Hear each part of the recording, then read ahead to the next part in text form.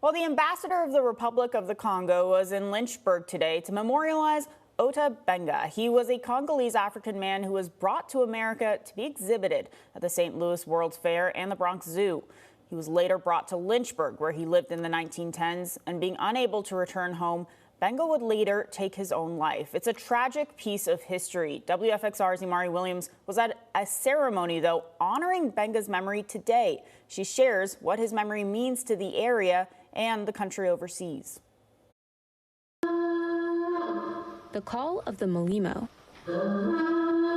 started what could only be described as a celebration of one person's life that has touched the world, with West African dancing, singing,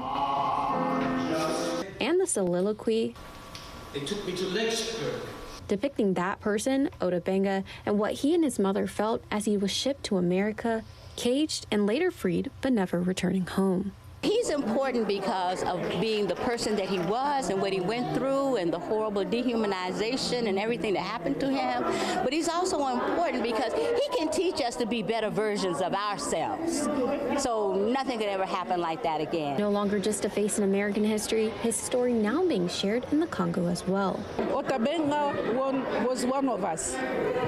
And here, you are treating him like he's one of yours.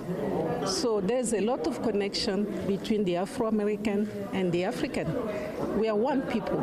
The Congolese ambassador coming all this way to help keep the memory of Benga alive, while also spreading awareness to stories she says are similar in the Congo today. People are dying every day.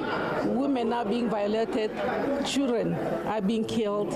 And we keep calling that the forgotten genocide. Keynote speaker Dr. Gondola, professor of history with Johns Hopkins University, sharing the importance of his work reclaiming Congolese artifacts. Post George Floyd era, where there is now this growing demand for African heritage to go back to Africa, and especially pieces that were looted, they were illegally obtained. The International Ota Benga Memorial Committee is actively talking about how, when or if they should bring the remains of Benga back to his homeland. They're working with the Congolese Society as well.